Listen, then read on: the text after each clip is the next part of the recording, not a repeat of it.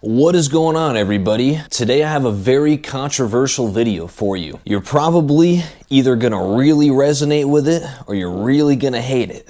Before I get into today's video, I just want to mention my free monthly newsletter. If you click the link in the description below, it'll send you to my website, which will take you to the free monthly newsletter tab, and all you have to do is type in your email, hit the sign up button, and then you'll be receiving a free written guitar lesson every month from yours truly, as well as all of my tabs in a Google Drive link from every video that I've ever made. So with that being said, let's jump into today's video. So, I hate shred guitar and shred guitarists. Now, a lot of people would probably put me in the category of being a shred guitar player myself. Obviously, if you look at my channel analytics, you'll see that probably a good 75% of my lesson videos revolve around Ingves Malmsteen and a lot of his licks.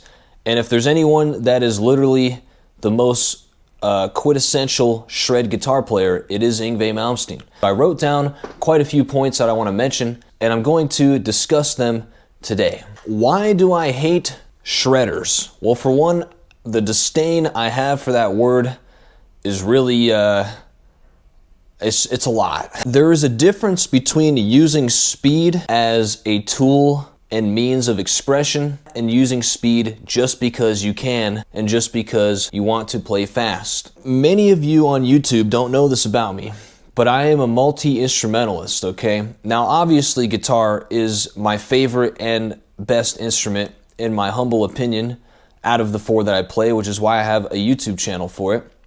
But I would say a very close second would be my piano chops.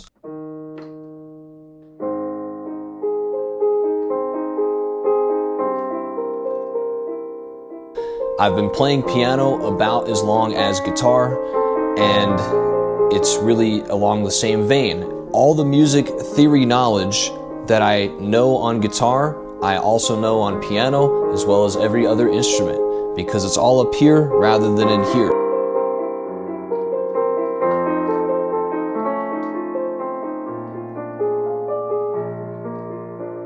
This is just the means to apply what you have up here. Which is the practice part of your instrument. But I'm going to get into that in a second so I can further explain my point. Now, without calling out a ton of guitar players, not only on the internet, but also just in your favorite bands, I'm going to try to express this and you can conclude this for yourself. So as I just mentioned, a good portion of shred guitar players in that category really don't use any interesting expressions in their playing or any kind of interesting chord progressions, voicings, or phrasings in their playing. Now I'm going to give you an example of my top 3 favorite shredders and why they're my favorite. Now, it's no question that the number 1 slot is going to go to Ingves Malmsteen.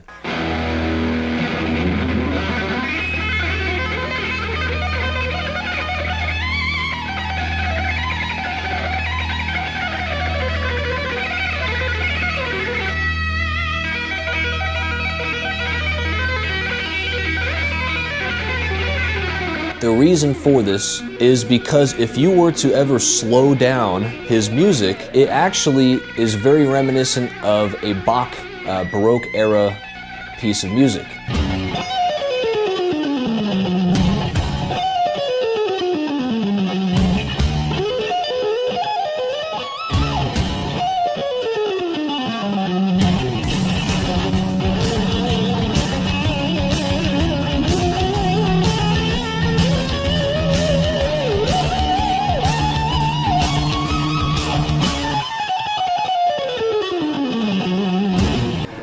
If you slow down really any of his songs at all, like to a normal human pace, you can actually hear the counterpoint and modal interchange much better than while he's playing it fast. Now, of course, we all love him because he plays fast, but the actual genius behind his music and technicality really lies within the harmony and counterpoint, and actually the melodies as well.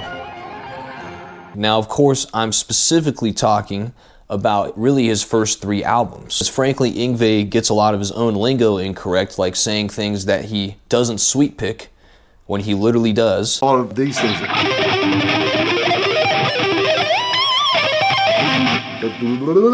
It's not sweep picking, folks. And I literally, there's no other way to play some of his licks unless you literally sweep pick them. It is impossible. Other than him getting his own lingo incorrect, what he's hearing from his ears, translating into his fingers, is very intricate understanding of harmony. Now, we also know that after listening to this, there are many, many, many Ingves copycats. I'm not even going to name them because, frankly, they're sick. They can totally shred their ass off, and I respect that. But when it comes to the musical context of what they're playing, it's very basic on most of them.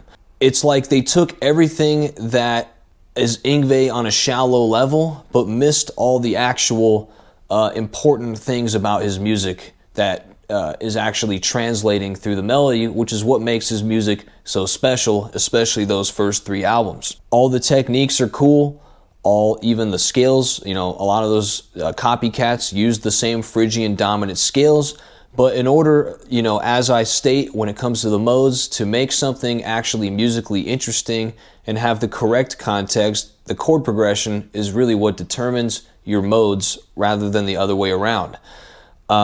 And of course, when we say modes, we're basically just talking about a gigantic version of a scale inside of a scale. If it doesn't make sense to you, put it on the shelf and I'll make a lesson video about it soon. Now I'm going to move on to my second favorite shredder in this category, which really is actually my favorite guitar player, but just for the purpose of this video, I'm going to put him as my second favorite shredder, and that is Eddie Van Halen.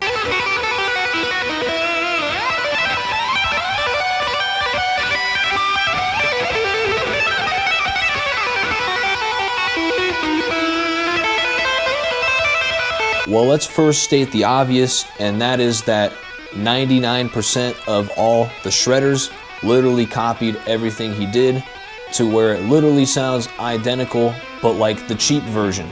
If you put on literally any record from like 1980 to 1989. Probably the most signature move that I hear from all the copycats is the G-string whammy bar dive.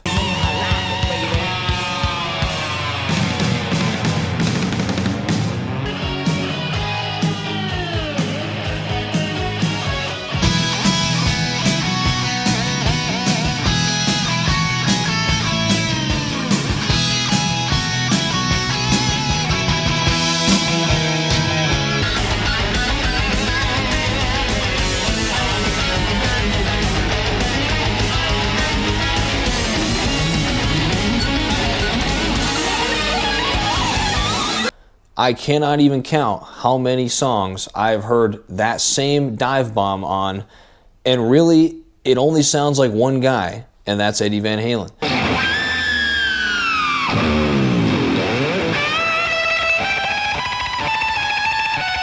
No matter who does it, it's always going to sound like him. And that's the same with the tapping stuff that's been totally overdone. It wasn't overdone though when he did it. It was special.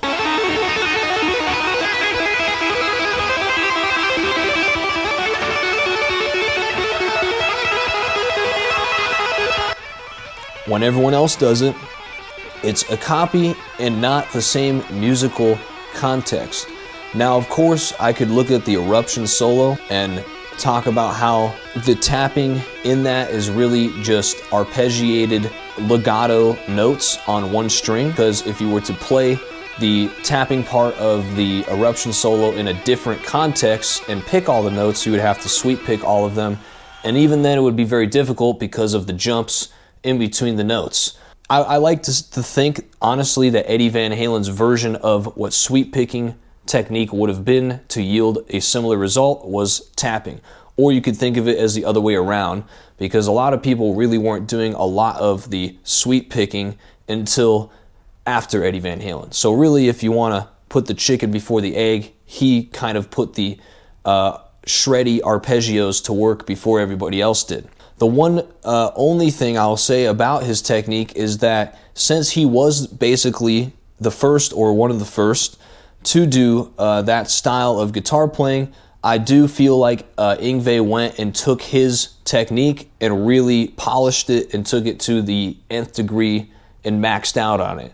But it is what it is. It's just a product of the time, right? It's like when Bach had the harpsichord and Beethoven had the piano, and all of a sudden could do amazing chords and arpeggios. I'm sure if Bach had the same tools, he would have been doing the same thing. My third favorite shredder is probably the least expected one, and that would be Eric Johnson.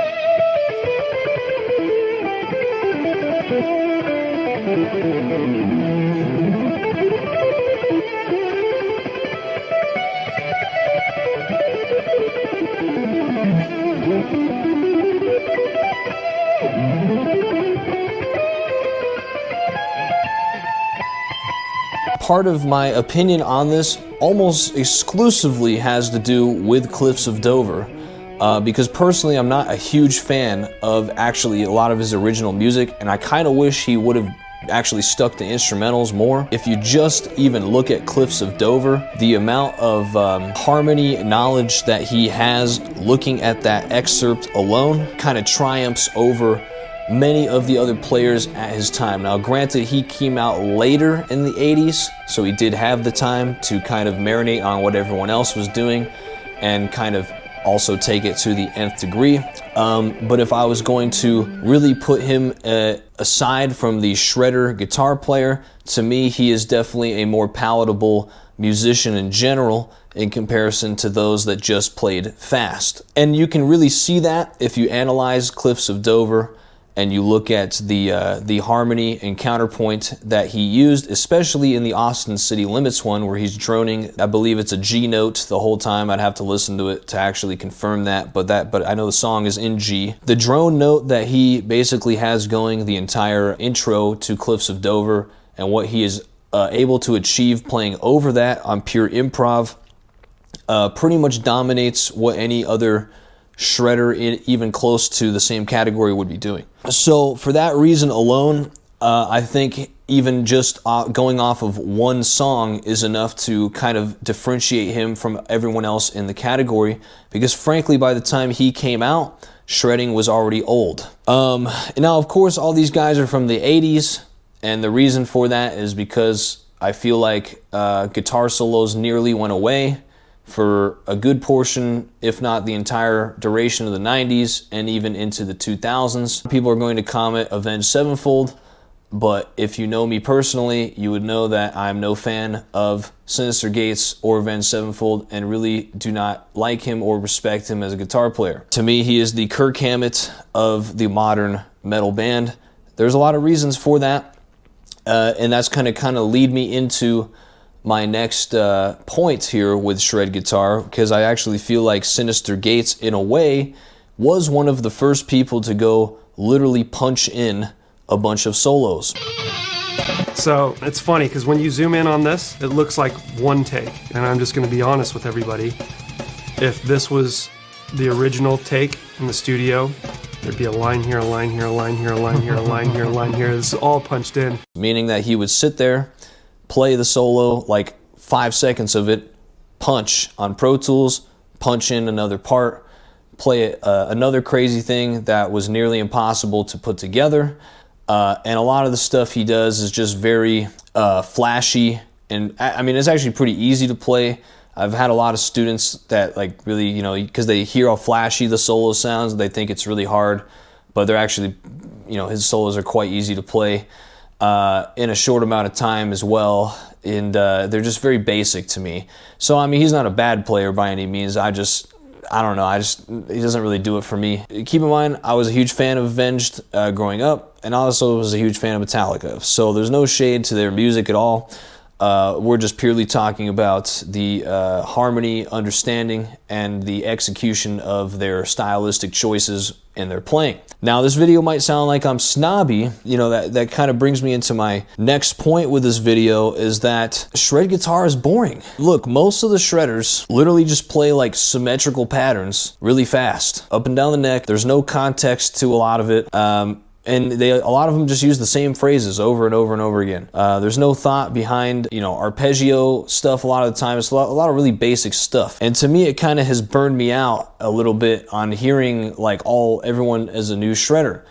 I think even Paul Gilbert coined it best himself in a Rick Beato interview, where he's like, you know, I can play everybody else's stuff, but I really don't feel like I have my own sound. Now, truth be told, I think Paul Gilbert is a really fantastic guitar player, really, I mean, easily one of the best in the world to this day. But I do have to say, I've never been a fan of his music personally, and I could never really put my finger on why, until I saw that interview with Rick Beato and he said that, and I was like, that's what it is. I've always felt like he just didn't have a unique sound about him, or a unique thing about him. He's just really good at playing other people's stuff. He has fantastic technique, and he's really a remarkable guitar player. There's not even a question about it, but it's not really that original when you think about it. And this is how I feel about many of those players from the era. And I don't want to name drop too much on that, because I mean, there's no point, right? Like, all these people are very respectable players. They're all very good players. But I think to that point, they've in a sense almost done a disservice to a lot of younger guitar players that think they just want to play fast to play fast. Playing fast is cool. I love doing it myself. But the means to playing fast is to execute what you're hearing in your head. And there's a good saying that's play what you're hearing, not hear what you're playing. And what that basically means, to those that don't know, is if you're hearing what you're playing, it means that you are having either a hard time playing it, or you just don't have it quite mastered yet, or you don't have the sense of basically having this piece or lick or whatever it is within you well enough to be able to expand upon the idea and take it further, whether that be the technique, whether that be the harmony, counterpoint, theory, etc. I could go a million directions with that, rather than if you're playing what you are hearing, meaning what you're hearing in your head, executing it through the fingers, and actually giving a complete idea that you can expand upon. That's a different skill set entirely, and you don't have to be a shredder to do that, because really that skill doesn't revolve around the guitar. That's just being a good musician. And I feel like a lot of the shredders miss the point when it comes to just being a well-rounded, good musician. Because frankly, I would rather listen to David Gilmour on Shine On You Crazy Diamond over a crazy solo from Megadeth. I love Marty Friedman. I love Kiko. I think they're all great players. Some of the stuff that was played from those eras were kind of the same idea redone a million times. And I think if you can express your idea on multiple instruments, for one, but it doesn't have to be, but if you can express it in a way that helps your musicality expand, then you're on the right track. And that doesn't mean that you have to also play fast, but it's an option. I hope this video makes sense with what my point is with this, because this by no means is intended to have anything against people that play fast, because obviously I'm one of those people. I just feel like the purpose is a different purpose than what a lot of other people I see on the internet is, and I feel like a lot of people miss the point when it comes to playing fast. So basically, while playing fast is cool, expand your musical ear and your knowledge, because at the end of the day, your ear is literally the best thing that you could ever rely on as a musician, even more than the knowledge up here. Because when in doubt, your ear, well trained, is not going to lie to you. And it'll also pivot you in the right direction. One last point I want to state about this too, before I end the video, is that guitar, specifically, if we're going to just talk about guitar, is really a blues instrument, especially electric guitar. If you can't play the blues on guitar, I have a very hard time respecting you as a guitar player, even if you can shred all day long, because when you really look at it, the greatest to ever do it, all of them, at heart, were blues players, and that's including Ingves Malmsteen, who in my opinion could do it better than some of the best of them. Take this thought, marinate on it. Obviously, I realize this is a controversial video to make, but I felt compelled to make it because of just a lot of the stuff I see on the internet and conversations that I have with people in the guitar community, and I felt like it's just good to address that musicianship is really the most important thing over how fast you can play, even if you can play fast. Make good music. Leave in the comments below your thoughts on this. I'd like to know, and I appreciate all of you for watching. Have a great rest of your day.